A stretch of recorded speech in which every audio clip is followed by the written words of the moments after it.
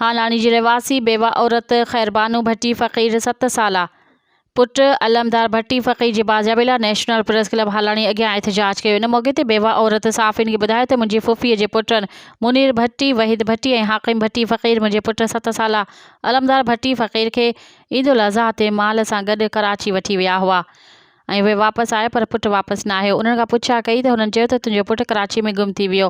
हुन चयो त मां मुसलसल पुट जी ॻोल्हा कई पर को बि ॾस पतो न मिलियो आहे। मूंखे शक आहे त मथे ॼणियल नाले वारनि हथ सां मुंहिंजो पुटु गुम या किथे विकिरो करे आया आहिनि। इन वाक़े जी मां NC नौशर फ़िरोज़ थाणे ते दाख़िल कराई आहे पर पुलिस उन्हनि माण्हुनि खे गिरफ़्तार न पई करे।